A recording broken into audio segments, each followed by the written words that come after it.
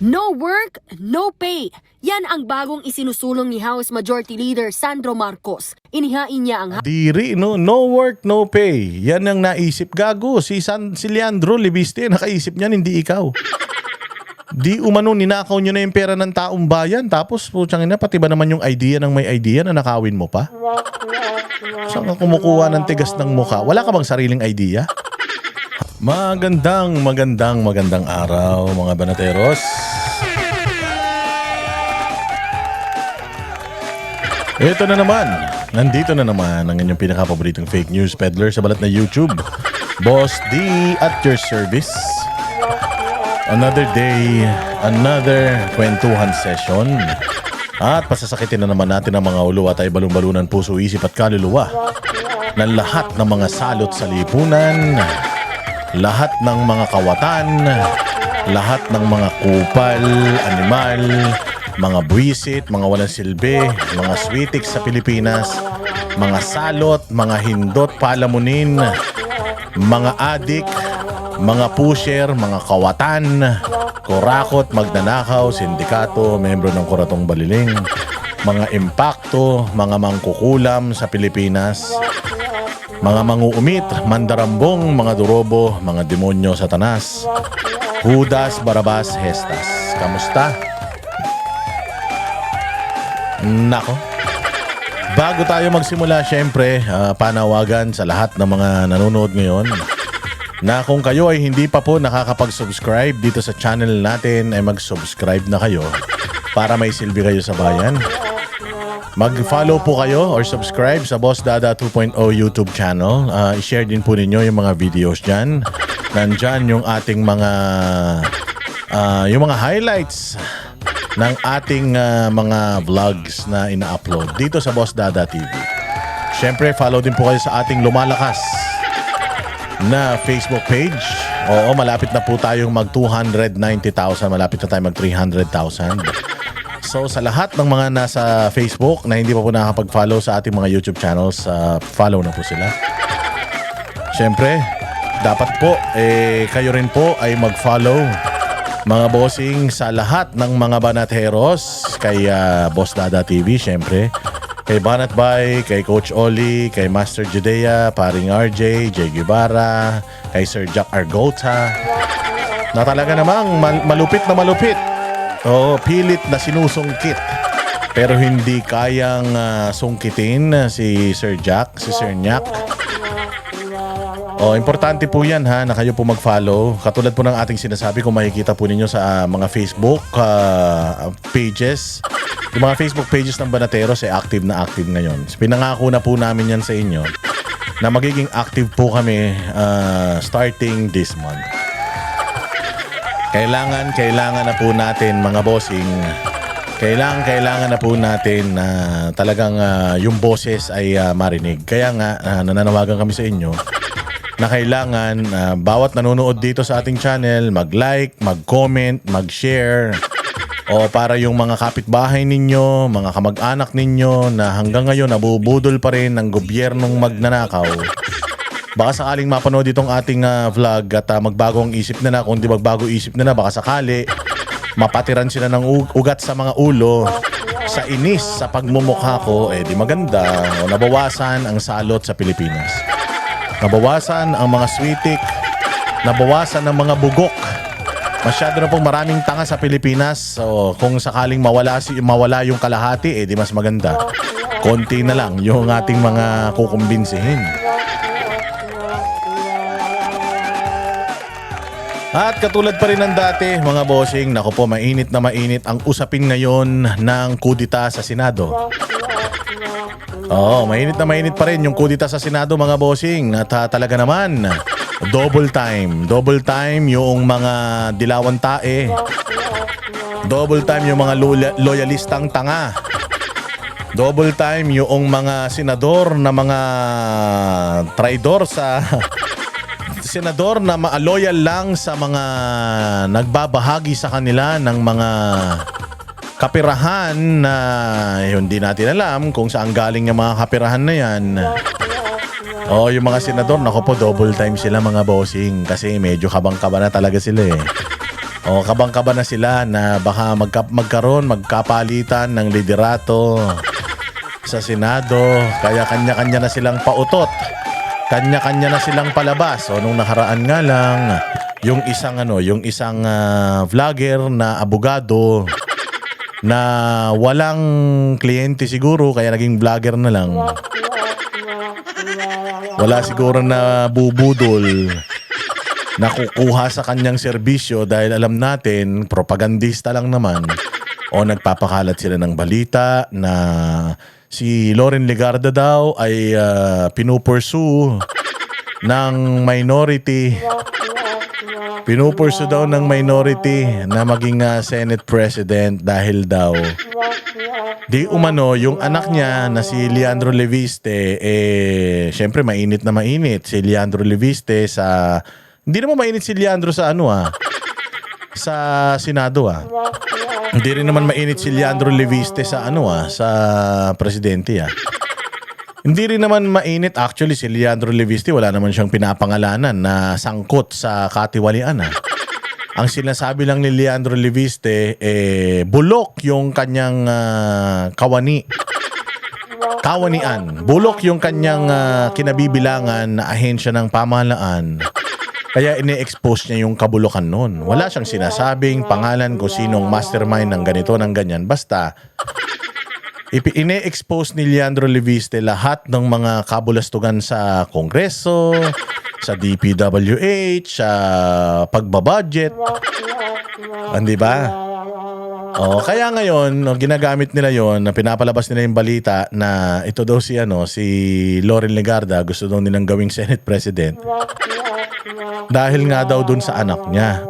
Parang para sa akin Bakit si Loren? Kung halimbawa ako, minority. Kung ako minority, bakit si Loren yung yung kukumbinsihin ko? Meron naman kami sa minority na pwedeng maging Senate President. 'Di ba? Marami naman sa minority pwedeng maging Senate President. Magagaling yung mga nasa minority. Bakit ko pipilitin si Loren Legarda na maging Senate President? Pwede siguro pilitin ko si Loren Legarda na sumama sa amin pero bilang Senate President. Bakit siya? Kung halimbawa ako si Robin Padilla. Halimbawa ako gusto kong maging Senate President ako. Siyempre kukuha ako. Siyempre sa amin sa minority, sigurado napag-usapan na namin kung sino yung napupusuan nila na maging Senate President. Siyempre kukuha yung minority, kailangan magpalakas ng minority, kukuha sila sa majority. Sino ba yung mga nasa majority? Karamihan naman ng mga nasa majority pwede namang mapunta sa minority. Katulad nino, yung dalawang bilyar. Yung dalawang bilyar, di ba? Pwede naman kasi yung kakapanganak lang. Yung kapatid ni Mark Villar, sino bang Villar yun? Yun, di ba? Kinampanya yan ni Inday Sara Duterte. Matatalo sana yan kung hindi kinampanya ni Inday Sara Duterte. So, andaling ayain yan. Si Mark Villar, dating nasa gabinete ni Pangulong Duterte yan. Lumalabas kasi yung minority parang Duterte Black ang tawag nila dyan so dun pa lang makukuha na nila yung dalawa. Pwede na nilang makuha yung dalawa. Sino pa yung isa? Yung Cayetano.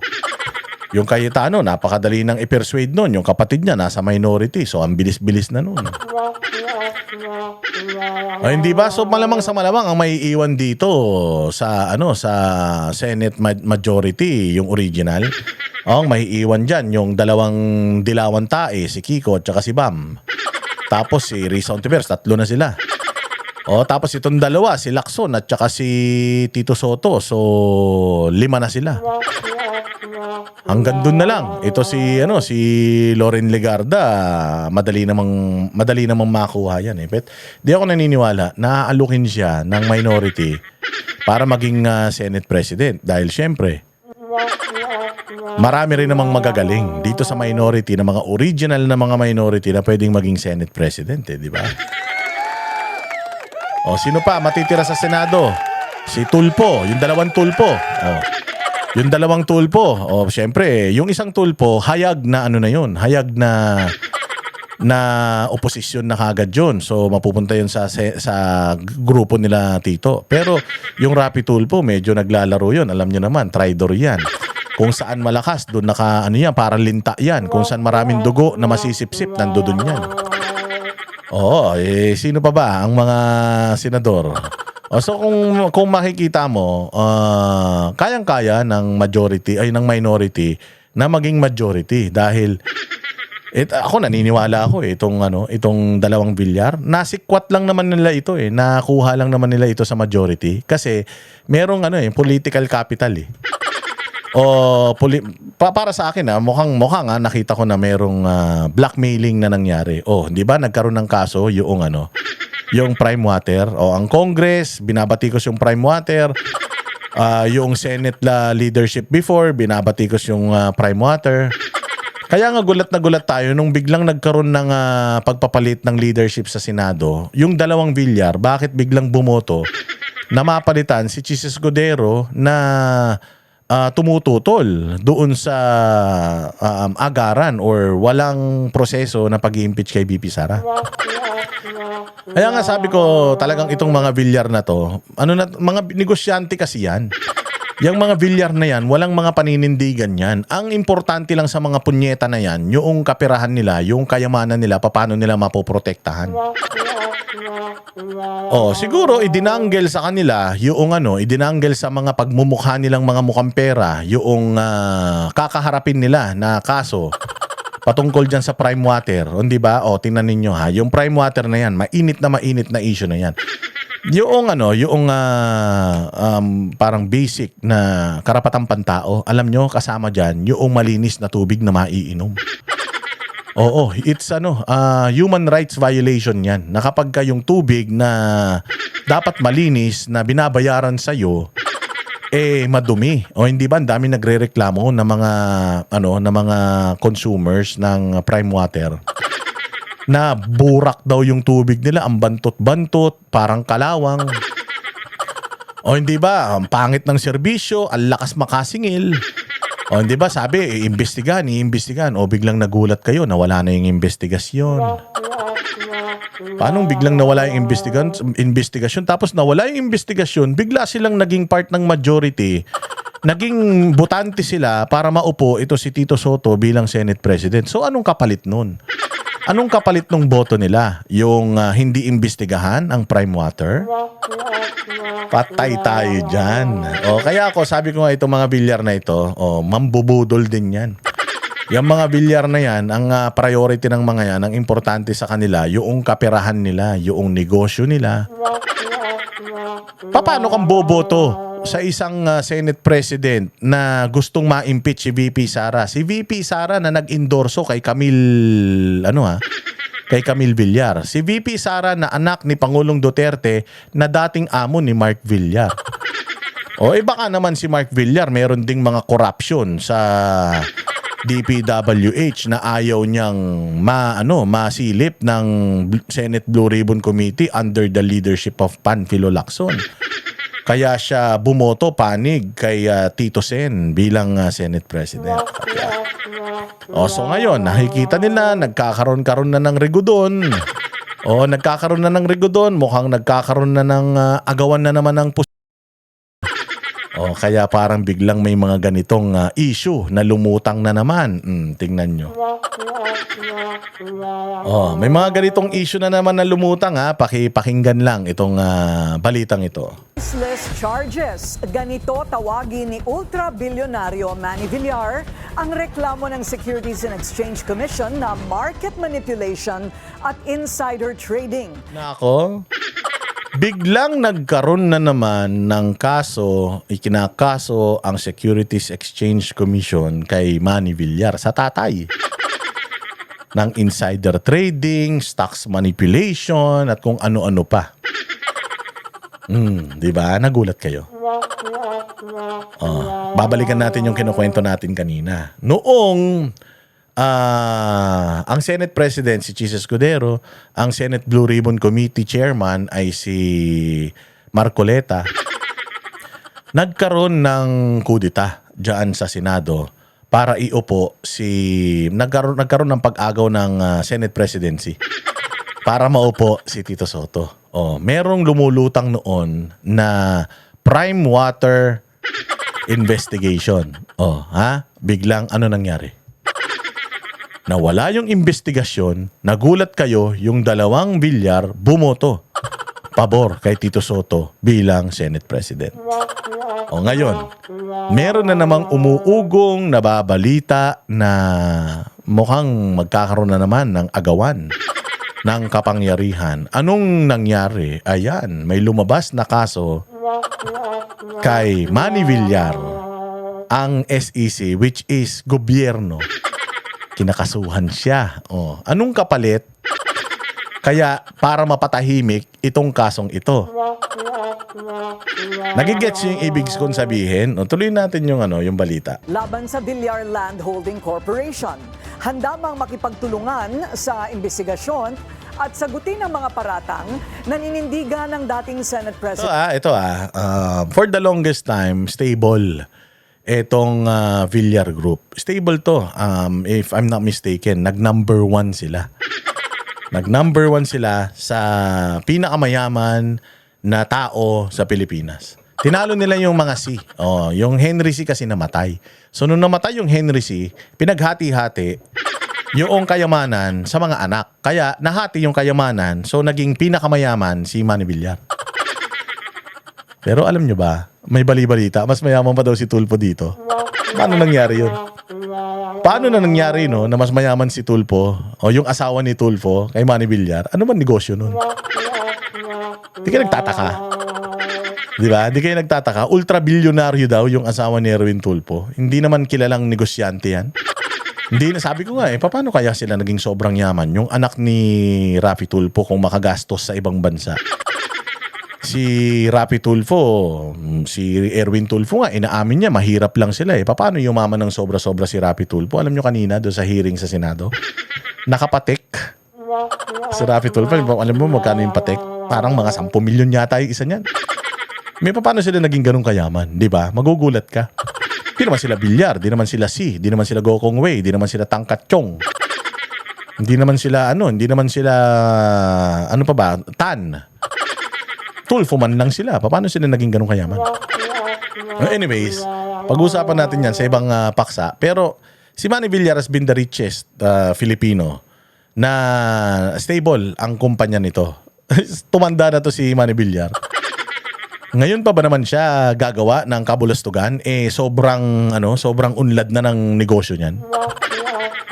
So dito makikita mo, parang sa nakikita natin, parang sinasampahan sila ng mga kaso. Kasi sabi ko nga sa inyo, dito sa Pilipinas, kapag sinampahan ka ng kaso, parang magnanakaw ka na kagad Iniimbestigahan pa lang naman or nagsisimula pa lang yung kaso, parang ang tao iniisip na kagad, magnanakaw ka.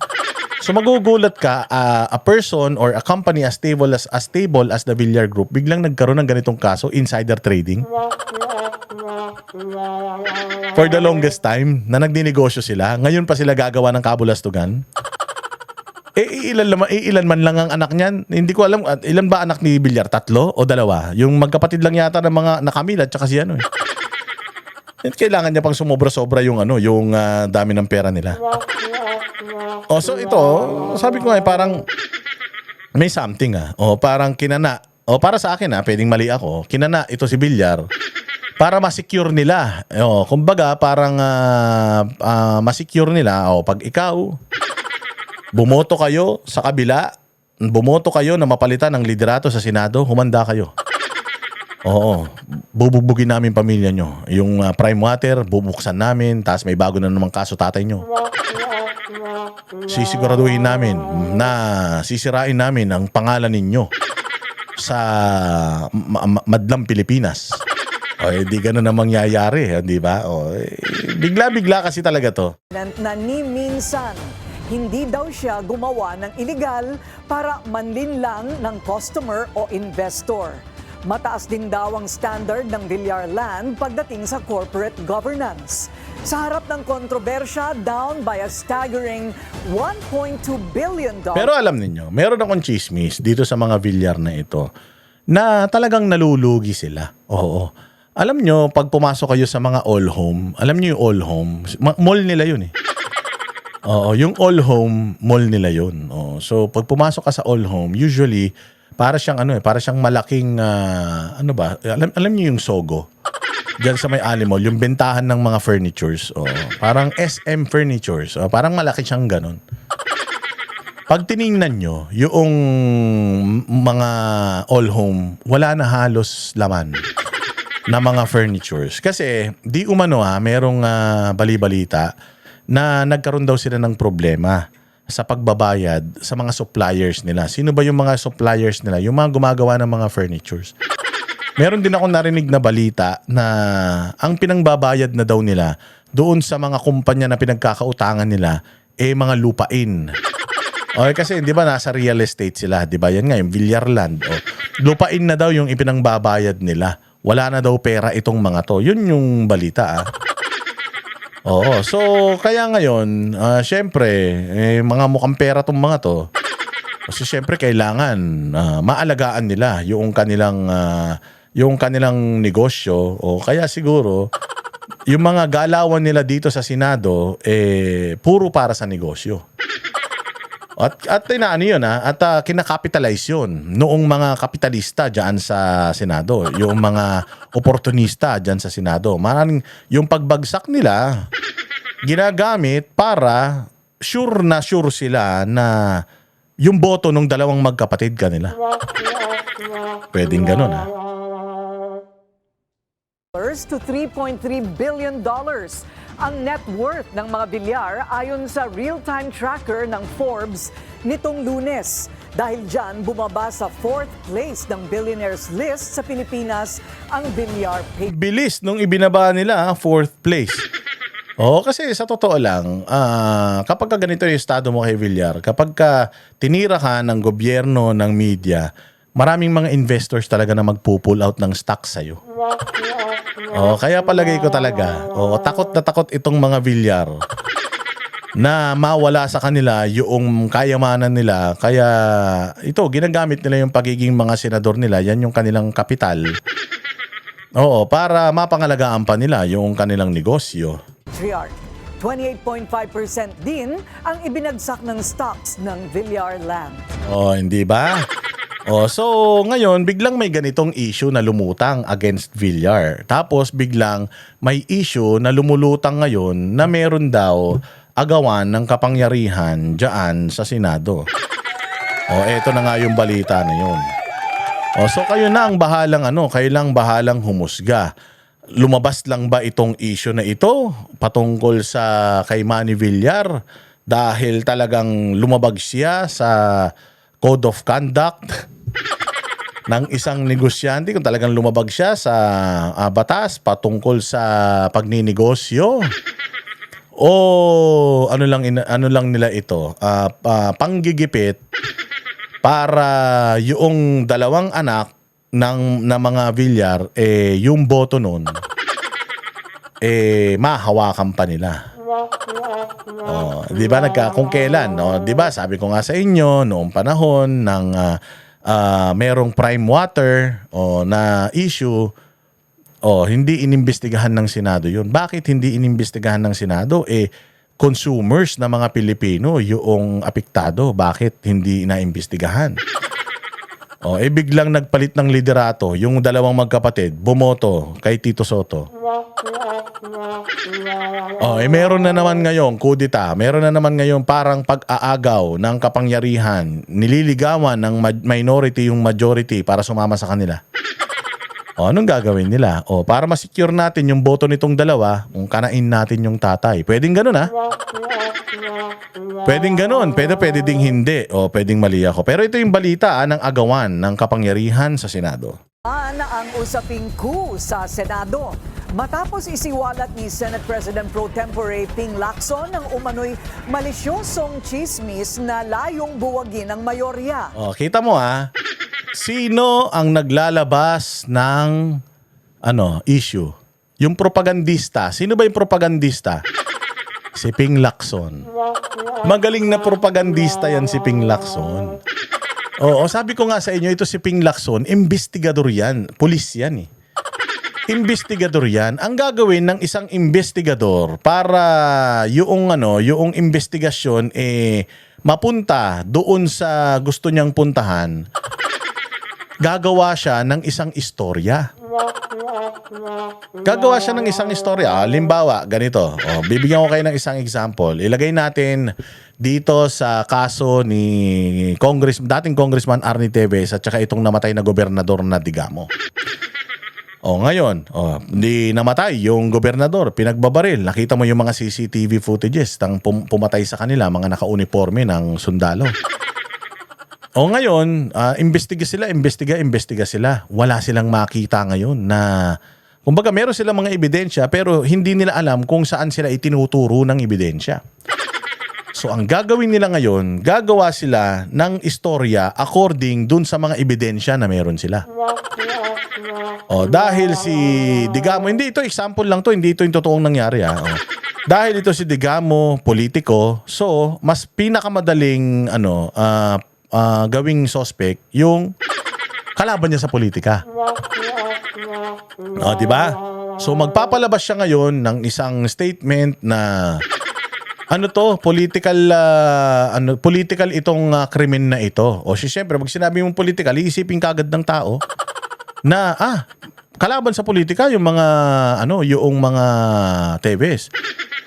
Kilalang kilala yung mga Teves na medyo brusko din at medyo marumi maglaro sa probinsya nila. So andali ngayon paniwalaan. Ganyan din yung ginagawa ng Senado ngayon Kanila Jinggoy Estrada, kay Senator Revilla, kanila Villanueva. Andaling siraan ng mga yan. Kaya magpapalabas ka lang ng kung ano-anong mga salitaan dahil si Jinggoy may dati ng kaso, si Revilla may dati ng kaso, madaling maniniwala yung tao. Ganyan ang ugali niyan. Ganyan kagaling si Lacson. So ngayon, naglabas siya ng chismis na ito daw si Legarda pinupursu ng minority. Maaring pinupursu ng minority. Totoo yan. Kasi syempre, ikaw, nasa minority ka, yan ang laban sa politika, kailangan numero, so, gagapang ka. Kukuha ka ng mga kalaban mo, yung mga ka-oposisyon, syempre, anuhin mo yan. Yung oposisyon mo, anuhin mo yan, pipilitin mo yan para makuha mo siya. Kasi numbers game dyan sa Senado ngayon, nagpapalabas siya ng mga balita na sinusulot yung Senate presidency at ino-offeran ito si Legarda. Pero si Legarda, wala man siya sinabing ganun. Maaaring pinupursu siya na lumipat sa minority, pero hindi niya sinabi na they're pursuing me to become the Senate President. Si Lacson lang ang nagsabi noon. And katulad nga ng sinasabi ko sa inyo, si Lacson, pulis yan, investigador yan, mahilig yan magplanta ng idea sa isip mo at gagamitin na nila yun sa kanilang agenda. Diba? Ganyan yung nangyari kay Arnie Teves. Dahil hindi nila alam kung maaari siguro ito yung anggulo. Ito talaga yung pumatay pero ayaw nilang mapunta rito, dadali nila sa iba. So gagawa sila ng chismis para isipin din ng mga tao na oo, totoo nga yan. So kung sino yung pinaka-vulnerable, yun yung sisisihin nila. Gawain na yan. Naging gawain na ni Boying yan noon. Naging gawain na ni Abalos yan noon. Ganyan na yung style nila. So ngayon, ganun pa rin yung ginagamit nila. Ang nagkakalat ng kudita, sino? Si Ping Lacson. Pero sabi ni Tito Soto, wala daw hindi daw totoo na may kudita. Pero sinasabi ni Ping Lacson na meron. So sinungaling si Tito Soto? Sabi ni Tito Soto, wala daw Wala daw ganung nangyayari pero sinasabi ni Lacson na meron. So sino nagsasabi ng totoo sa dalawang to? O parehas silang sinungaling? Ang isang minority senator naman, suportado ang Rigodon, pero may kondisyon. Ang detalye sa agenda report ni Dexter Ganibe ng Abante. Hindi pa rin tapos ang isyu ng umano'y tangkang kudeta sa liderato ng Senado. Sa social media, pinangalanan na ni Senate President Pro Tempore Ping Lacson ang unang lumutang na posible sanang unang babaeng Senate President ng bansa. Tinuligsa ni Lacson ang anyay malisyoso at malupit na kasinungalingang pag-uugnay kay Senator Loren Legarda sa tangkang kudeta. Paliwanag ni Lacson, matapos umanong alokin si Legarda ng Senate presidency, ikinakalat-an niya ngayon ng mga nasa likod ng tangkang kudeta na si Legarda ang nagbolontaryo na tumulong sa pagkuha ng suporta. Oh, di ba? Siya rin naglalabas ng istorya. Siya yung naglabas ng istorya na si Legarda, yung gagawing Senate President, siya rin ngayon ang naglalabas ng issue na ay, sinasabi nila si Legarda yung lumapit sa kanila. At saka na wala naman nag-iingay. Wala naman sa mga sa Senate minority yung nagsasabi na aagawin nila yung Senate presidency. Pero si Lacson nagpapalabas na ng mga ideas para siguro kung nag-iisip yung minority na makukuha nila yung liderato dito sa Senado. Ipi-preempt na natin. Maglalabas na tayo ng mga chismis. Diyan, sabi ko nga sa inyo, diyan magaling si Lacson eh. Dahil nakita nyo si Tito Soto kahapon, kabang-kaba si Tito Soto, yung pinakita ko sa inyong vlog nung kahapon. Nagsasalita siya na walang safe yung kanyang Senate presidency, pero makikita mo sa mukha niya na alalang-alala siya. Alalang-alala siya. O para hindi ka mag-alala, meron tayong nararamdaman na mukhang aagawin nila, unahan na natin, gawa tayo chismis. Gawa tayo chismis. Sabihin natin ganito, sabihin natin ganyan. Di ba? Pero sinabi ba niya ni Lacson kung sino yung nagpupursue kay Legarda? Wala. Kasi if you really want to expose itong mga sumusulot sa Senate presidency, di sana sabihin mo kung sino yung mga pangalan niyan. Pero hindi, wala siyang sinabing pangalan, hindi ba? Wala rin siyang sinabing pangalan ng tao na nagkakalat ng balita na si Legarda yung lumapit. Wala. Di ba? So, ganun sila kakaba. Ganun sila kakabang-kaba na in order for them to preempt, sobrang praning nila dahil alam nila may ginawa silang kasalanan. Alam nila yan na lahat ng mga senador ngayon, bad trip. Hindi naman lahat. Sila Risa Ontiveros, si Kiko Pangilinan, si Bam. Yan na lang ang kakampi ni Tito Soto. Pero most of the senators na nandiyan dyan, mau-offend talaga sa mga pinaggagawa ni Tito Soto. Yung sa pinaggagawa ng Blue Ribbon Committee na parang kung naging abnormal na yung hearing nila eh. Na binabanggit itong mga pangalan na ito tapos biglang hindi nakukulong yung mga binabanggit na pangalan, yung mga minsan lang nabanggit na wala namang ebidensya, yun yung mga una-unang nakukulong. So bilang ama ng Senado, dapat ikaw bilang Senate President, Tito Soto, dapat protektahan mo yung tahanan mo. Bakit ka pumapayag bilang isang Senate President na parang ginagawang fall guy or ginagawang sacrificial lamb etong mga senador mo na dapat pinangangalagaan mo? So syempre, miski ako senador, iisipin ko hindi ako safe. Bakit? Itang inang yan. Hanggat ito ang Senate President, hindi ako safe.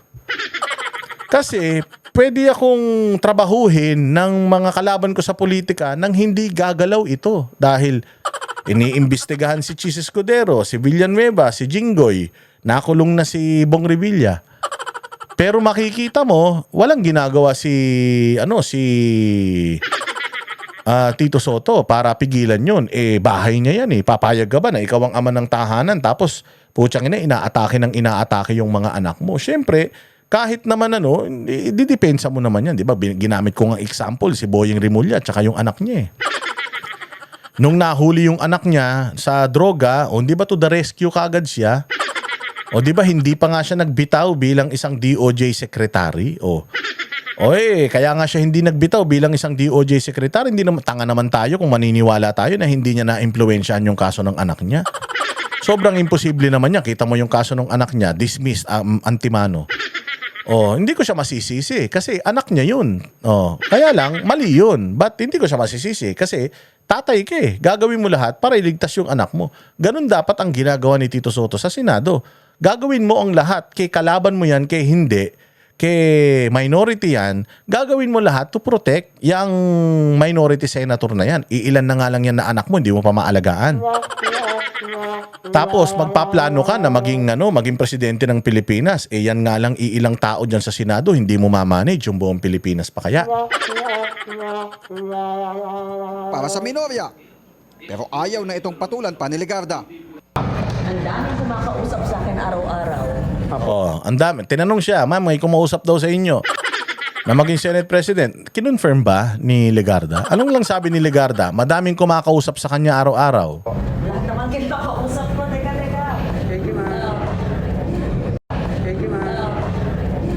Pag-iisipan ko yung tinanong ko kasi nabasa ko yung news.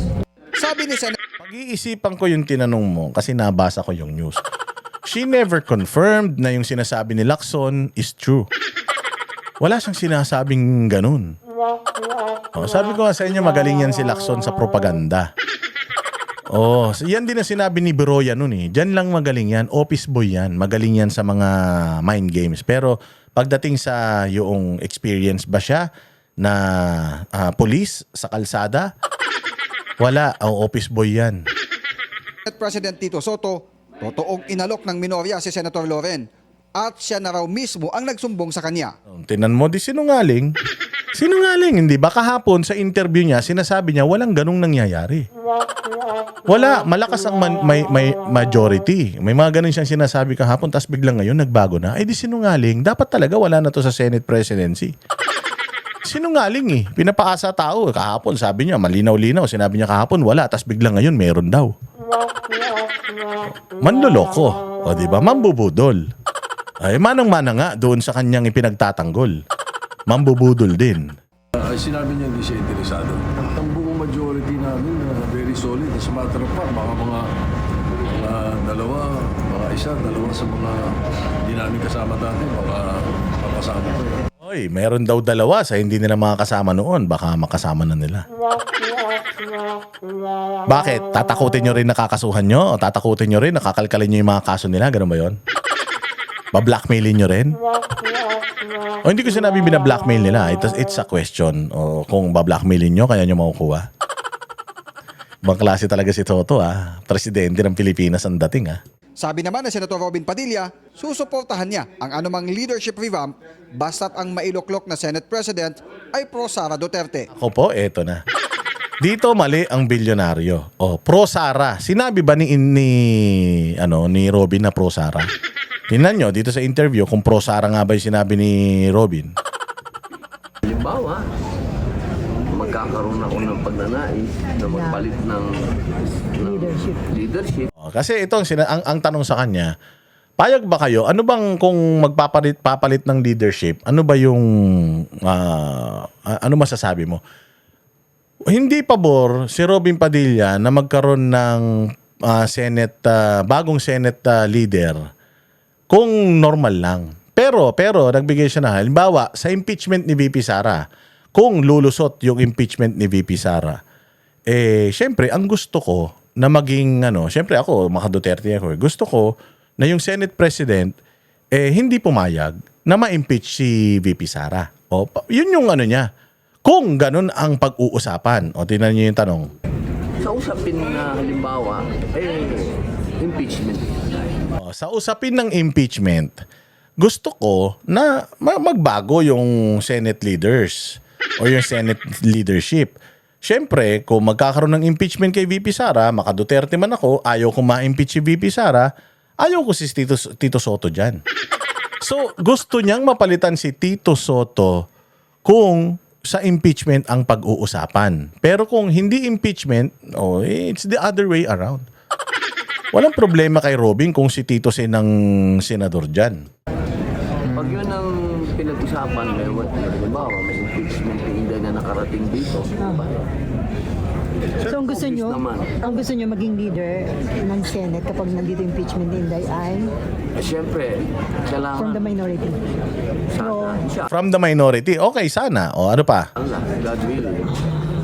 Yung pro Sara? Pro bayan. O, diba? Tinanong siya, pro Sara? Question mark. Anong sagot niya? Pro bayan. Pro bayan. O, hindi naman niya sinabing pro Sara. Oy, bakit yung headline nila, Padilla gusto ang pro VP Sara na SP. Sana nilagay nyo diyan sa sa nakalagay diyan sa screen.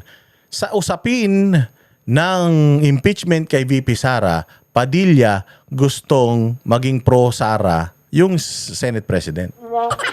Pero hindi, ang nilagay nyo, Padilla, gusto ang VP Sara na Senate President. Misleading yan. O, di ba? Pangit ang ano niyan, pangit ang dating niyan. But supportive of VP Sara. Of course. Yun yung gusto niya maging Supportive, hindi pro VP Sara, but supportive of VP Sara. Malaking kaibahan nun. Wala na tayong plastikan. Pero dahil missing in action pa rin si Senador Bato at kapos sa bilang ang minorya, mananatiling pangarap sa ngayon ang pagpapalit ng liderato sa Senado. Para sa agenda. Yan. So yun, sabi ko nga sa inyo, kasapakat yung media, nilalagay nila ngayon sa kamalayan ng mga tao na walang Senate shake-up. Walang ganon. Dahil kulang sila sa numero. Oo. Kulang sila sa numero at kung ano-ano pa. So walang ganon. O tingnan natin. Maaring hindi ngayong linggo. Maaring sa susunod na linggo. But, walang permanente sa mundo. Walang forever. Walang forever ha. Ano pa ang mga balitang nakalap natin, mga bossing? Ito naman, pakinggan naman natin ang masasabi ng abogado ni Inday Sara patungkol sa posibleng impeachment na naman kay VP na lulusot sa Kongreso. Man po itong impeachment complaint, haharap po si VP Sara sa magiging pagdinig. Well, handa po siyang harapin itong mga paratang na to. Ngayon, kung personally kailangan niya pumunta, depende po yan sa magiging takbo ng trial. Siyempre po, kung kinakailangan niyang pumunta, bilang mga abogado niya, kami naman po mag-a-advise sa kanya kung kailan niya kailangan pumunta o kailan hindi kailangan pumunta. So, antabayanan na lang po natin ang magiging takbo. Dahil sa ngayon, actually, hindi pa namin alam kung ano yung magiging mode ng naaaktuhan ng House yan. Whether yung normal na first mode kung saan re-refer nila sa Committee on Justice or baka maulit yung last year ng 1/3. So sa ngayon po, hindi pa ako makapagsalita. Hindi ko pa rin ma-preempt syempre yung gagawin ng House. We don't want to speculate. Pero handa naman tayo sa any possibility. Yung sinasabi kasi ni Attorney Michael, yung trial, yun nga yun, in the Senate. No? Yes, so, yes. ang sinasabi ng attorney ngayon, hindi pa nga kami sure kasi ang inaksyonan pa lang ngayon ng Justice Committee ay yung impeachment ni Pangulong Marcos. Correct. Susunod ngayon na ikakalendar nila dyan, kapag na-refer na yan sa komite, ay itong impeachment ni VP Sara. Attorney, ito lang ha, hindi naman sa ako ay nag-aadelantado dito. Pero assuming lang na maging maingat dito ang Kamara at kahit na no, kasi kung nabasa mo naman yung Supreme Court decision, 'di ba? At the prerogative of the House, 'di ba, sabi? Pwede pa rin sila kahit na doon ka sa second mode, yung fast mode, pwede pa rin silang magpatawag ng kaukulang pagdinig, no? Kung sakali ba si VP Sara haharap sa House Justice Depende Committee? po yan. Go ahead. Depende po yan. Depende po yan. We will have to evaluate. As we know, when I was reading the committee rules, they actually are entitled to issue compulsory processes din po. No? So depende po yan. Kung talagang hingin nila compulsory na humarap ang Vice Presidente, then we'll evaluate the situation and advise the Vice President accordingly. Do you think if itong si Luis Tre ba yun? Luis Tro? Basta yun, yung taga Batangas, yung committee chairman ng Committee on Justice. Kung sakaling ipatawag ngaya niya si VP Sara sa Kongreso para sa impeachment, pupunta kaya si Inday Sara? Hindi, kasi kung ako si Inday Sara, may impeachment man din kay BBM. Pupunta ako dyan kapag inimbitan nyo rin si BBM na mag-appear sa Committee on Justice. Pupunta ako pagka napaharap nyo dyan si Bongbong tsaka si Romualdez. Pero kung ako lang i-require ninyo, pupunta ako? Yun ang malaking question mark. So kung ako si Inday Sara, yun ang gagawin ko. Hindi ako pupunta dyan. Kung dalawang impeachment, nauna yung kay Bongbong, ako yung mauuna yung ipatawag dyan, bababuyin nyo ako dyan. Yan ang ano nyo dyan, yan ang gagawin nyo dyan. Ba't ako pupunta sa Ba't ako pupunta sa isang lugar kung saan na-ambushin ako, di ba? Hindi naman ako siguro kasing tanga nyo. But ang usually naman po nangyayari in accordance with their rules right now is pag napunta sa committee, bago mag-hearing, magpa-file ang answer, no? Kami. Opo. And then may panahon para mag-file ng reply yung kabila and rejoinder dito. So, sa ngayon po talaga, Manong Ted, hindi sa ayaw kong sagutin. No? It's just more of hindi pa natin alam yung magiging takbo. But bilang abogado niya, syempre kami po ang mag-a-advise sa kanya kung sakali man sa tingin namin ay kinakailangan niyang mag-attend. Opo, yes sir. And then sabi nga ninyo, you are ready for any eventuality. Kasama dito, ang kasama dito, ang posibilidad na pagsilip sa anumang teknikalidad na naman na mangyayari dito sa filing na ito na maaring idulog na naman sa kataas-taasang hukuman.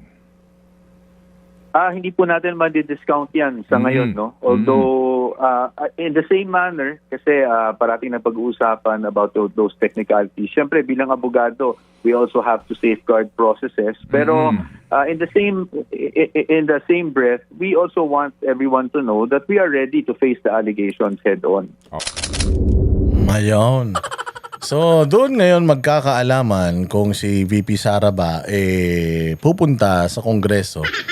Sabi ko nga sa inyo, kung ako lang kailangan patas. Kailangan patas. May impeachment man kaming dalawa, dalawa kaming ipatawag nyo. Ito, isa pang balita mga bossing. Ito nga yung katulad ng sinasabi ko kanina na ito si Tito Soto, hindi niya nagagampanan yung kanyang, yung pagpoprotekta sa kanyang mga senador sa Senado. So kung ako din talaga, senador, medyo magdadalawang isip ako. Gusto ko pa siyang maging leader ng aming tahanan. Kasi makikita mo, hindi naman sa pag-ano, if you're gonna compare si Romualdez versus si Tito Soto, si Romualdez, alagang-alaga niya yung mga congressman niya. Alagang-alaga niya yung mga congressman niya. Hindi siya papayag na mga congressman niya ang mauna sa mga makukulong. So between Tito Soto and the congressman ng Leyte na si Tambaloslos, mas magaling si Tambaloslos. Protektado niya yung Kongreso. Kita mo, isa lang lahi ng Kongreso. Puros lahing satanas, di ba? Dito sa Senado, makikita mo na hindi safe yung mga members ng Senate kasi nga, yung leader nila, mukhang inilalaglag pa sila. Pakinggan ninyo itong balitang ito. Papasok lamang na balita, pinakakasuhan na ng Senate Blue Ribbon Committee ang ilang mga dati at kasalukuyang opisyal na dawit sa flood control scandal. Kabilang dito sina Senators Jinggoy Estrada, Joel Villanueva at Chis Escudero. Bukod sa administrative cases, liable din daw sila sa malversation of public funds, direct bribery at plunder. Gayon din sina resigned Congressman Saldico, dating Senador Bong Revilla at former Representative Mitch Kahayon Uy. Recommended for charges din sina dating DPWH Secretary Manuel Bonoan, late Undersecretary Maria Catalina Cabral, DepEd Yusek Trigiv Olaivar at Maynard Ngu. Maging ang ilan pang mga pangalan na lumutang sa Blue Ribbon Probe tulad nina Carlene Villayap, John Paul Estrada at Mark Tiksay. Sino yung mga kinasuhan? Yung mga kinasuhan, yung mga least guilty. Least guilty. Pero yung mga most guilty, sino ba yung most guilty? Sabi ko nga sa inyo, yung most guilty dito, si Zaldico, may kaso man na. Pero involved dito si Romualdez, si Bongbong, yung anak ni Bongbong. Si Trigiv Olaivar, tumatanggap man lang daw ng pera. Kanino niya ibibigay yung pera? O yung ES Bersamin, bakit walang kaso? Si Bunuan ba kinasuhan din? Sino pa yung mga yung mga kinasuhan na yung mga dapat kasuhan na hindi kinasuhan? Marami pang iba.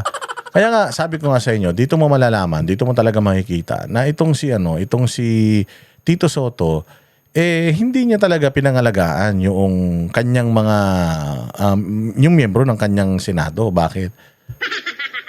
Kasi si Chis Escudero, kahit ka naman kalaban mo si Chis Escudero si Chis Escudero, si Villanueva, si Jinggoy, senador mo yan, papayag ka na yung 3 senador mo maiimbestigahan at makukulong. Tapos yung mga resource person na mga taga DPWH na sila yung mga totoong nagnakaw sa kaban ng bayan, sila yung sindikato, sila yung nagkasino, sila yung naglaban ng pera, sila yung nabuhay ng marangya, sila yung mga parang mga Diyos kung magwaldas ng kaperahan, state witness, hindi sila makukulong. Papayag ka bilang isang Senate President na yung mga senador mo makukulong, na mababahiran ng dumi yung institusyon ninyo? Papayag ka na ganun? Dapat talaga protektahan mo itong mga to. Dapat wag kang pumayag. Hindi ako papayag na yung mga senador lang ang mga makakasuhan. Kailangan lahat ng mga nabanggit dito makasuhan. Hindi yung mga senador ko lang. Umaandar na kagad yung mga kaso sa senador ko. Nakulong na yung dating senador ko na si Bong Revilla. Tapos ito, iimbestigahan na itong mga to. I-plunder yan. In-unbailable yan. So, ikukulong din sila habang iniimbestigahan yan. Pucha pa, paano yung constituencies niyan? Di ba? Dapat i-activate mo yung mga parliamentary immunity ng mga yan. Hindi ba? So, hindi ka naging effective na Senate President, sir.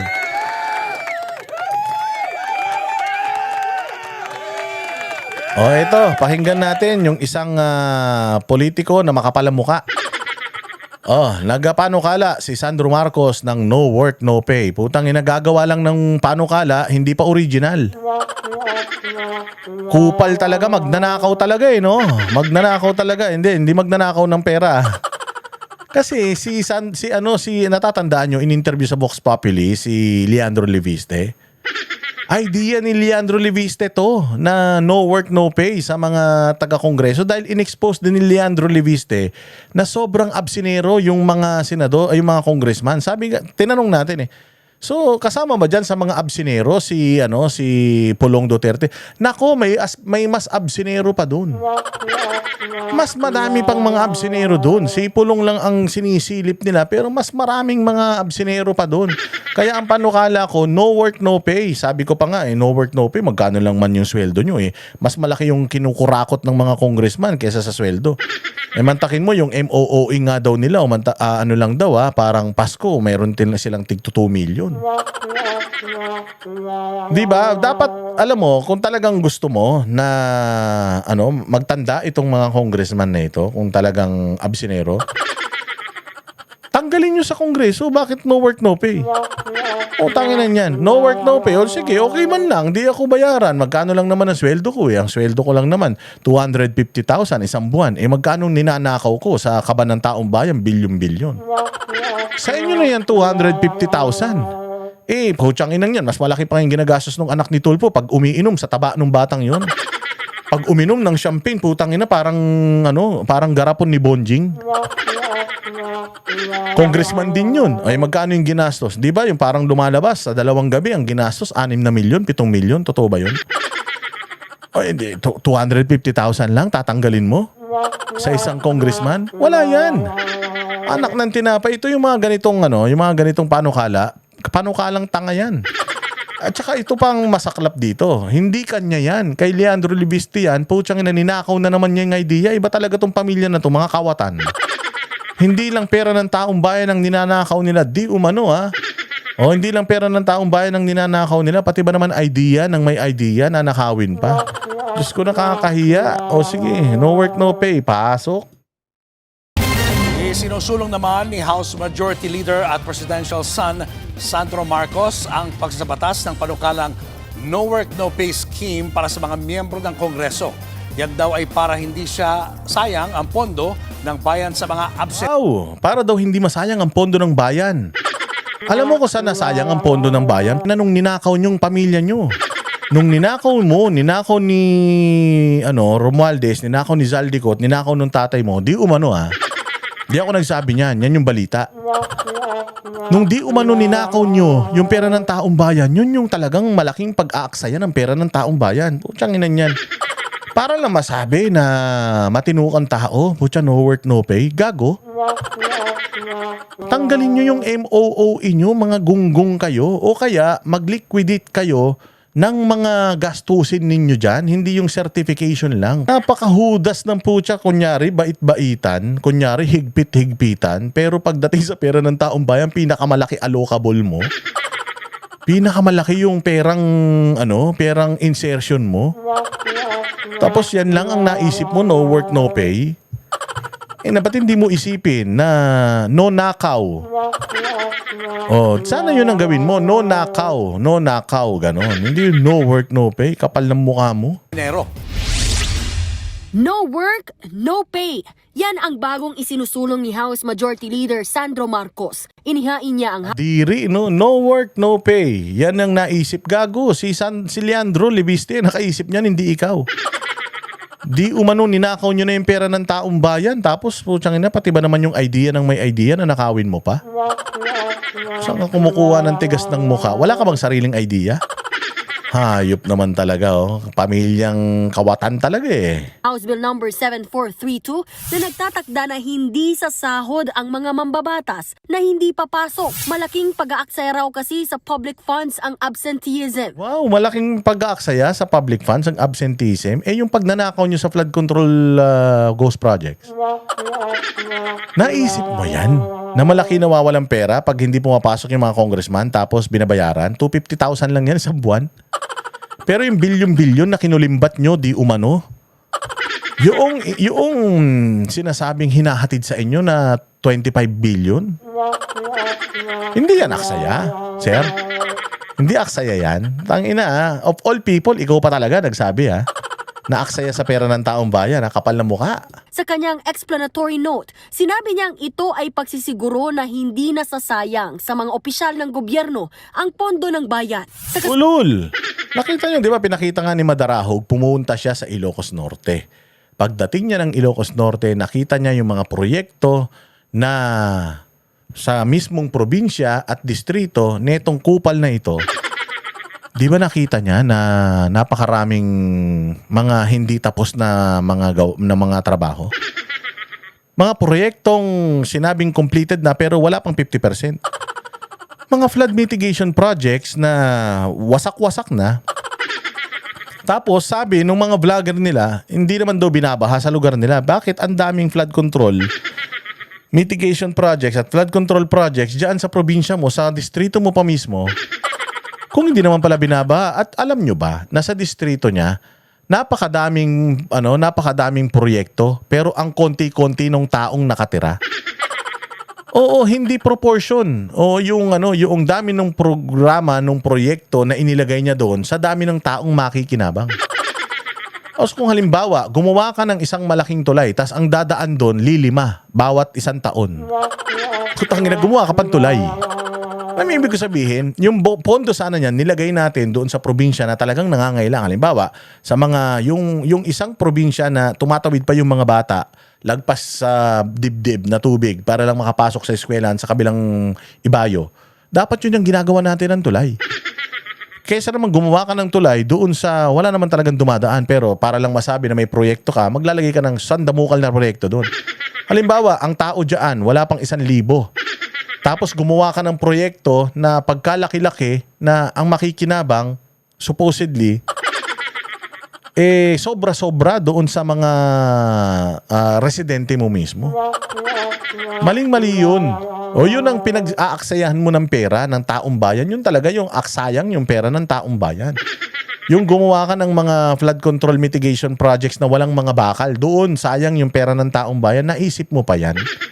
Yang no work, no pay. Wala ka talagang utak.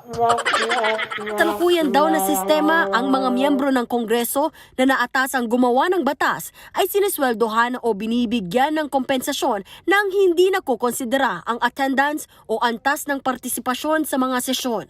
Napupuna daw tuloy ng publiko ang kakulangan ng public accountability at pag-aaksaya ng buwis ng bayan. Naniniwala naman ang palasyo na maganda ang panukalang no work, no pay. Putang ina, siyempre. Tatay niya yan, putang ina niyan, idol niya yung tatay niya. Alam nga naman sabihin ng tatay niya, mali yung naisip ng anak niya. Tangina niyo, kayo pa naglolokohan Tanungin niyo yung taong bayan kung okay ba yung gusto niyang panukala para malaman niyo kung maganda ba o hindi.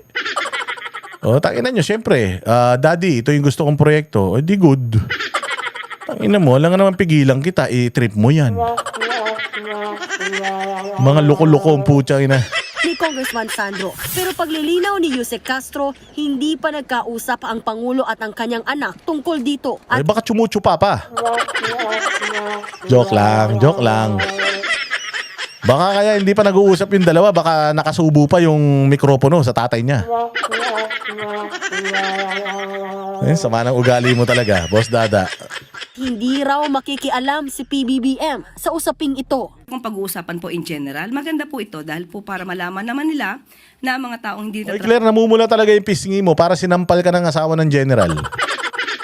Parang lang hindi ko sinasabing totoo kasi namumula yung mukha niya trabaho ay hindi naman dapat na makinabang sa pondo ng bayan. Pero muli, ulit natin ang sinabi ng Pangulo, hindi po niya saklaw ang paggawa ng batas. Bagamat wala pang kahalintulad na panukala na Bobo talaga Kung ako sasabihin ko niyan, palagay ko hindi magkokomento presidente dyan. Bakit? Kasi nga naman self-serving, anak niya yun Tapos sasabihin niya, napakagaling ng anak niya, di ba? O palagay ko tanungin nyo lang sa taong bayan kung okay ba yung taong bayan na doon sa programa ni Sandro. Wag nyo na kaming tanungin. Magiging bias kami kapag sinabi namin napakagandang idea niyan. O di halatang naglolokohan lang kayo. Si Claire Castro, bobo talaga Nakalog siguro ulo nung nasampal, di umano. Hain sa Senado, una nang sinabi ni Senate President Pro Tempore Ping Lacson na pag-aaralan nila kung maaaring suspendihin ang pagpapasahod kay Senator Bato de la Rosa. Dahil hanggang ngayon, no-show pa rin ang senador sa mga sesyon ng Senado. November 11, 2025, nagsimulang umabsent ang Si Lacson pa talaga ang magdidesisyon Samantalang ang tagal din nagtago niyan. Anyways, prerogative niyo yan. Bilang si Senator Bato de la Rosa ay isang senador, kung sa tingin niyo nasasayang ang pera ng taong bayan, sa hindi niya pagpasok sa pagpapasweldo sa kanya kaysa sa pagnanakaw niyo sa mga flood control project, nasa inyo yan. senador. Nang umugong ang balitang pinaaresto na siya ng International Criminal Court kaugnay ng madugong drug war noong administrasyong Duterte. Nagbabalita mula Ayan mga bossing, sana nagustuhan nyo yung ating mga hinandang balita sa inyo. Sana may mga natutunan kayo. Mabuhay ang bayang Pilipinas, laban lang, tuloy-tuloy lang tayo sa pagbabatikos sa lahat ng mga kamalian ng mga kawatan sa lipunan at tuloy-tuloy lang po tayo sa pagpapakalat ng mga magbubuting balita. Mag-like, mag-share at mag-subscribe sa lahat ng mga barateros at syempre sa lahat ng mga social media accounts, platforms ng bosses ni Boss Dada. Mag-follow po kayo and mag-subscribe and mag-like at mag-share. Mabuhay! See you again next vlog. Kami ang boses ng masa, hindi natatakot. Katotohanan lang, di kami nalulunod. Walang bahid ng sismis, lahat ay totoo. Kahit sino ka pa, pag mali ka babanatan ka. Walang pinipili kulay, wala kaming kinikilingan. Basta para sa bayan, kami lalaban. Pagdama palakpakan, pag mali banatan. Di matitinag, di matatakot, para sa bayan tuloy ang sigaw. Sa harap ng kamera, walang halong takot. Mga baluktot, lahat kayo'y tutumba. Ang hustisya at totoo,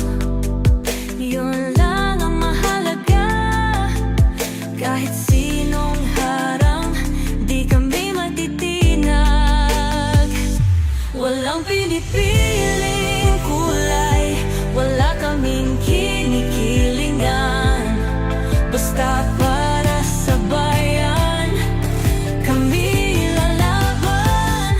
Pag tama palakpakan, pag mali banatan. Di matitinag, di matatakot, para sa bayan tuloy ang sigaw.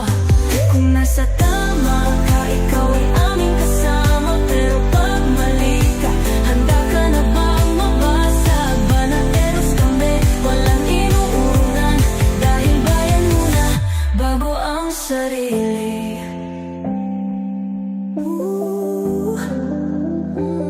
Bago ang sarili.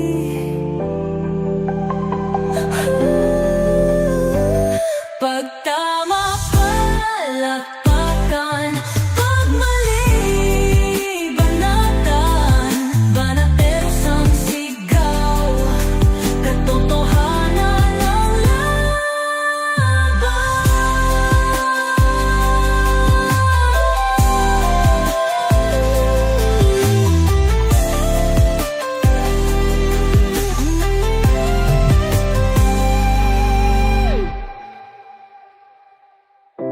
sa harap ng kamera,